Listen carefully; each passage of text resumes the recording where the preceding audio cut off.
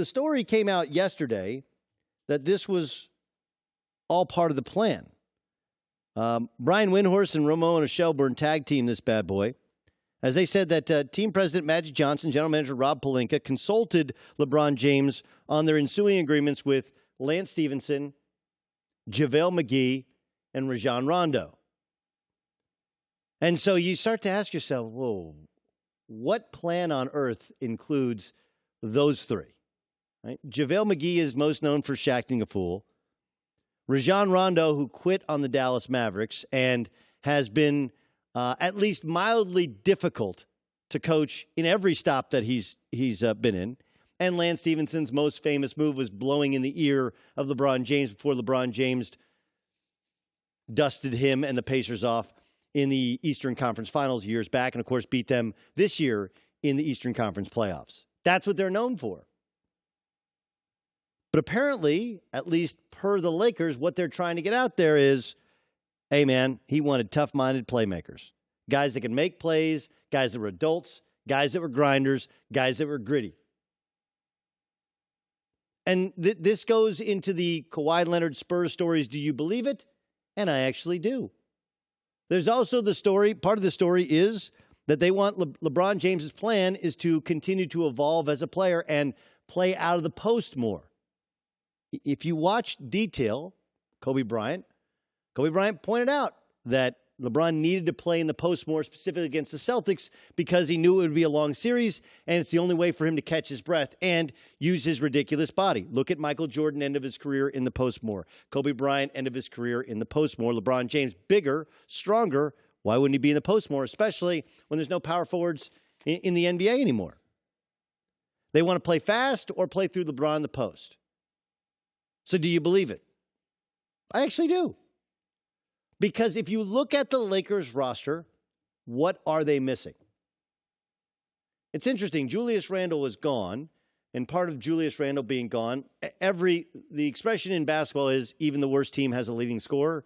Julius Randle scored a lot of points last year, and they were an okay team, but let's be honest, he wouldn't be scoring 16 a game on a playoff caliber team. But he was their small ball five.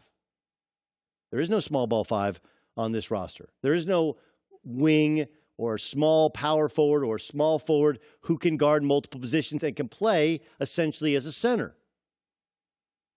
Unless that guy's number 23. It dawned on me that I was watching the NBA Finals, and when the Warriors went small and LeBron was on the floor, he was guarding Draymond Green. In other words, LeBron James was playing center. The NBA game has changed. Everybody needs a small ball center. So instead of going out and signing one, LeBron said, that'll be me. If I'm a small ball five, one, you're not really small. Two, you're going to have a Draymond Green on you. You're going to have a PJ Tucker on you. This will allow LeBron James to coast a little bit on defense and catch his breath. It'll allow him to play in the post on offense and catch his breath.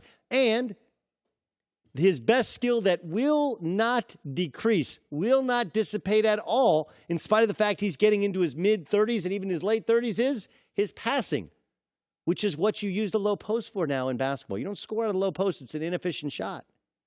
That's why they're getting rid of all these centers. That's why the Wizards sent Marcin Gortat. Just take Marcin Gortat. Sure, we'll take Austin Rivers. Anything to get rid of a low post scoring center. But if it's a hybrid big guy who can guard every position, who can score and pass out of low post, that has supreme value. That guy wears number 23 now for the LA Lakers. So do I believe this is the plan? I do. It's not that it's not like this was the best plan or what they would have dreamed of, but considering the market, Kawhi not yet available for a reasonable price, Paul George not wanting to come, and even if Paul George did come, let's be honest, it's not like Paul George is one of the 10 best players in the NBA. He's in that next group, a really good player. Next year's the year with all the free agents. Next year, Klay Thompson's available. Next year, Kawhi could be available. I could go through the list of names. But considering what was available, hey, you want some dogs, some guys that'll compete, some guys that are hungry? I'll give you Rondo. We need a backup point guard. Here's the guy that started on an NBA championship team, started this year in the playoffs. I give you Lance Stevenson. Sure, I don't want him to be one of my 3 or 4 best players, but if he's your 6th or 7th best player, it's pretty good. I'll give you JaVale McGee, who is finally now beginning to reach the lofty potential he's always had, and yet his goofiness got in the way of it early on, whether it's in Denver or then even at times with Golden State. Look at how well he played during the pressure of the NBA Finals. He's a rim protector and a guy who requires no maintenance on offense, doesn't need the ball in order to do what he does. I actually believe this story that this was part of the Lakers' plan. It doesn't mean this is the plan in its entirety, but phase 1, sign LeBron. Phase 2, fill out the roster, 1-year deals, tough-minded players.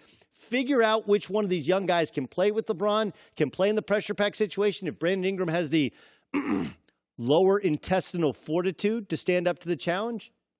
And meanwhile, keep an eye on the market, and whether you trade for one or wait for him to come in free agency, acquire the right pieces to make a move next year. LeBron wasn't winning a championship in Cleveland. That thing was done. And he doesn't win championships his first year, be it in Miami or even in Cleveland last time around. The Warriors are better this year, but next year, KD's up, Klay's up, Draymond's up, and everyone wants to get paid. Next year's the year. This is phase 2. I absolutely believe that story. Hi, everybody. Thanks for watching. Subscribe here to get the latest from the show. Also, be sure to check out more of the best clips from The Herd or go watch a few segments from other shows on FS1.